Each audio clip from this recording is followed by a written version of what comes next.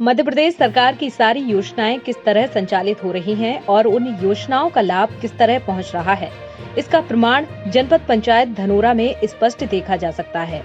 दिया तले अंधेरा की कहावत तो आपने सुनी ही होगी और इस कहावत को चरितार्थ करता जनपद पंचायत धनोरा का परिसर, जहां पर अंग्रेजी माध्यम छात्रावास स्थापित है। छात्रावास के सामने से रोजाना जनप्रतिनिधियों से लेकर अधिकारियों का आना जाना लगा रहता है। इसके बाद भी मौत के साए में शिक्षा ग्रहण करने वाले, अपने माता पिता से दूर रहकर अध्ययन करने वाले इन छात्रों के ऊपर किसी की नजर नहीं गई है। मामला यह है कि जिस भवन पर अंग्रेजी माध्यम छात्रावास संचालित हो रहा है, वह राजस्व अमले की पुरानी बिल्डिंग है, जो कि जर्जर हो गई है। इतना ही नहीं, इस बिल्डिंग के आसपास जो भी भवन बने हुए हैं, वह भी जर्जर हो चुके हैं। बावजूद इसके इन खतरों के बीच माँ बाप से दूर रहकर छात्र अध्ययन करने को मजबूर हैं। खास बात तो यह है कि धनोरा विकासखंड केवलारी विधानसभा और लखनादून विधानसभा दोनों ही अधिकार क्षेत्र में आता है। एक तरफ जहां भाजपा के विधायक हैं, तो दूसरी ओर कांग्रेस के विधायक। इसके बावजूद दोनों ही जनप्रतिनिधियों ने इस ओर ध्यान नहीं दिया।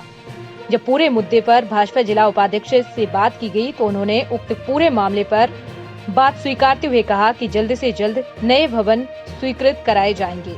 जिस प्रकार से आपने कहा कि ये आदिवासी विकासखंड है, आदिवासी क्षेत्र है और यहाँ के कुछ स्कूलों के भवन जर्जर हुए हैं, तो जहाँ तक मेरी जानकारी है कि जनपद शिक्षा केंद्र के माध्यम से इन स्कूलों के जो नाम आपने गिनाए हैं, उनके सारे प्रस्ताव जिला शिक्षा केंद्र के लिए प्रस्तावित किए गए हैं। जर्जर भवन हैं, इनको हमने स्वीकृत कराने हेतु शासन स्तर पर इसको जो है विभाग स्तर से लिखा है। तो आपने कहा चूँकि अभी जनपद पंचायत में नए जनपद के सीओ जाटव जी आए हुए हैं, हो सकता है उनकी जानकारी विषय ना आया हो, परंतु फिर भी आपने ध्यान में लाया है। मेरे ध्यान में ज़रूर है, चूँकि विगत 4 साल से हमारे यहाँ अंग्रेजी माध्यम का छात्रावास यहाँ पर खुला था, जो प्राइवेट बिल्डिंग में लगता था। इसके बाद जनपद पंचायत के से लगा हुआ तहसील कार्यालय की एक बिल्डिंग थी, जो निश्चित तौर पे पुरानी थी। नवीन तहसील भवन बनने के बाद वो बिल्डिंग खाली हो गई थी, तो एक व्यवस्था के तहत वहाँ पे बच्चों को बिठाने का काम किया गया है। लेकिन निश्चित तौर पे जैसा कि आप बता रहे हैं कि वो बिल्डिंग जर्जर है और वो जो कि एसी ट्राइबल के अंतर्गत आती है। तो दूसरी ओर जिला शिक्षा केंद्र पर बैठे डीपीसी महोदय ने कहा है कि प्राथमिक शालाओं में जो भवन जर्जर हो चुके हैं, उन्हें नए तरीके से बनवाने के लिए, रिपेयरिंग करवाने के लिए और अन्य व्यवस्थाओं के लिए सरकार को प्रस्ताव पहुंचा दिया गया है। कुछ जिले में कुछ प्राइमरी और मिडिल स्कूलों के भवन जर्जर स्थिति में पहुंच रहे हैं।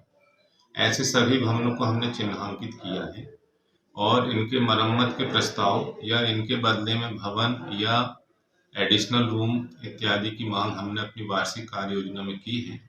जैसे ही स्वीकृतियां मिलती हैं, इनकी मरम्मत या इनके बदले में अतिरिक्त कक्ष बनवा दिए जाएंगे। सभी कितनी बिल्डिंग होंगी सर, कितने स्कूल होंगे? अब वो मुझे अभी आंकड़े तो याद नहीं है, लेकिन काफ़ी संख्या में हम लोगों ने भेजा है इसके वार्षिक कार्य योजना में प्रस्ताव।